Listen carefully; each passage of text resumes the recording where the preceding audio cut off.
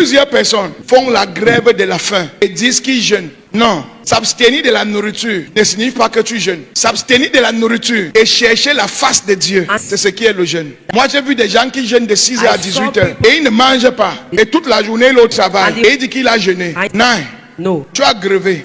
C'est la grève de la faim. Le jeûne, c'est pour se rapprocher de Dieu. C'est pour venir avec notre cœur à Dieu et nous réaligner avec le plan de Dieu et transformer nos cœurs durs en cœurs de chair. Le jeûne est un moment d'abstinence de nourriture et de transformation de cœur.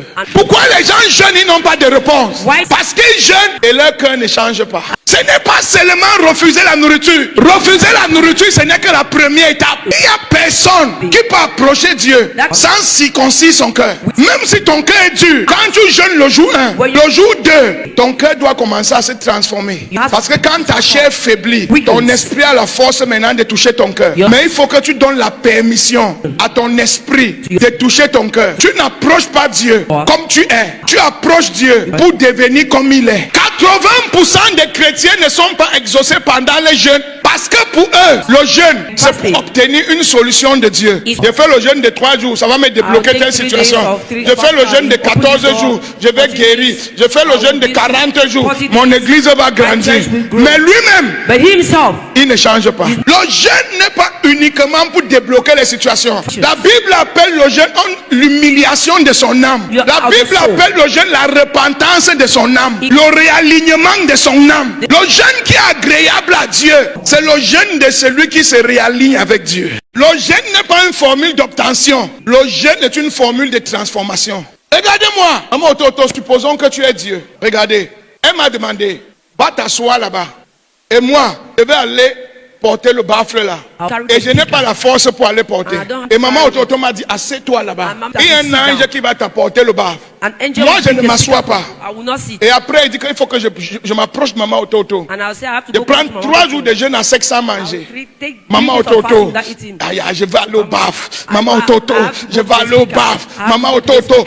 Et maman Ototo sait que si elle me laisse aller au baffle, les pasteurs là vont me tuer avant qu'elle n'arrive au baffle. Et tout ce qu'elle a besoin, c'est que j'obéis, c'est que je m'asseye. Elle-même va donner l'ordre, va m'amener le baffle. Mais moi, il ne veut pas m'asseoir. Ce que je veux, c'est aller chercher le baffle. Même si je jeûne pendant 1 mois, est-ce qu'elle va me répondre? Elle va me laisser mourir. Elle sait que si je pars, je vais mourir. Est-ce qu'elle va me répondre? Si c'est toi, quand ton enfant dit que je veux le couteau, est-ce que tu vas donner? Mais si je viens, maman Ototo, je suis venu te demander pardon. Je n'ai pas obéi quand tu m'as dit d'obéir. Je suis venu pour que tu me donnes la force et ta grâce de m'asseoir. Où tu m'as demandé de m'asseoir. Maman Ototo, tu sais que j'ai besoin du baffle.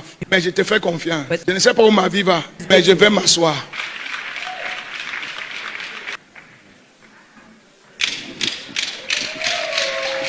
La chaise que je cherchais, on m'a demandé de m'asseoir sur le caillou. Je me suis assis sur le caillou sans faire d'effort. Parce que j'ai obéi et j'ai déjà accepté que mon cœur, voici la chaise qui est venue sans que je ne combatte. Maintenant je suis assis sur la chaise. Et dès que je vais obéir, m'asseoir sur le caillou, automatiquement il va commencer à entendre la voix de Dieu. Mon fils, la destinée sera grande. Mon fils, j'ai un grand projet avec toi. Mon fils, mon fils, mon fils. Mais tant que je suis là, je veux la chaise, je n'aurai jamais la voix ni la chaise. Les facteurs qui empêchent que ton jeûne soit exaucé. Ésaïe 58, verset 3 à 4. Peu nous sert de jeûner si tu ne le vois pas, de mortifier notre âme si tu n'y as point égard. Voici le jour du jeûne. C'est le peuple qui demande. Nous jeûnons, tu ne réponds pas. Nous nous abstinons, tu ne réponds pas. À quoi ça nous sert de jeûner si tu ne réponds pas? Et Dieu l'a dit, voici pourquoi je ne vous réponds pas. Même quand vous jeûnez. Voici le jour du jeûne, vous vous livrez à vos penchants. Le jour du jeûne, vous ne changez pas. Le jour du jeûne, tu es toujours en train d'appeler ta petite amie. Je suis en train de jeûner, te rappelle après. Je suis occupé, je suis dans la présence de Dieu. L'objectif du jeûne, c'est pour que tu abandonnes cette petite amie pour te relier avec Dieu. Il y a des gens, ils peuvent regarder 10 films par jour. Et pendant le jeûne, il est toujours en train de regarder ces films. Et il veut que Dieu l'exauce. Et il y a des gens, ils mentent. Comme il respire. Et il va jeûner. Et on l'appelle, tu es où? Je suis dans le taxi, je suis dans le feu. Il est couché dans sa chambre. Et il est en train de jeûner. Il dit, nous avons des penchants.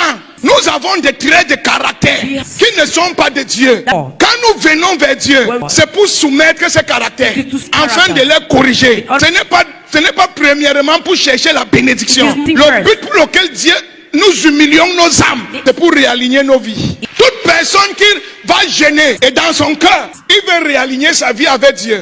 Il va entendre Dieu le parler. Les gens jeûnent n'entendent pas Dieu parce qu'ils ont leur plan dans le jeûne. Because they have their plans in the fasting. Ils ne veulent pas Dieu. They don't need God. Ils veulent ce que Dieu peut faire pour eux. They Tu peux vivre la sainteté. Tu ne pêches pas, tu ne mens pas, tu ne fais aucun mal. Et tu pars au paradis. Mais sur la terre, tu es pauvre et tu n'accomplis rien. Et tu peux avoir la foi jusqu'à déplacer les montagnes. T'enrichir et devenir un le plus grand pasteur de la terre. Avec une foi terrible et aller en enfer. Les deux marchent ensemble, maman Ototo. Les deux marchent ensemble. On est ici pour représenter Dieu. Il faut avoir la foi. Et on marche dans la sainteté parce qu'on sait qu'on va au ciel. Ne marche pas dans la sainteté sans marcher dans la foi. Et la foi, ce sont les œuvres. Ne me dis pas que j'ai la foi.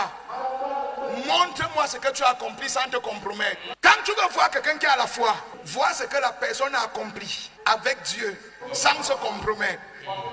Même s'il fait des erreurs, on ne veut pas savoir tes erreurs maintenant. On veut savoir si tu as si tu marches dans la foi.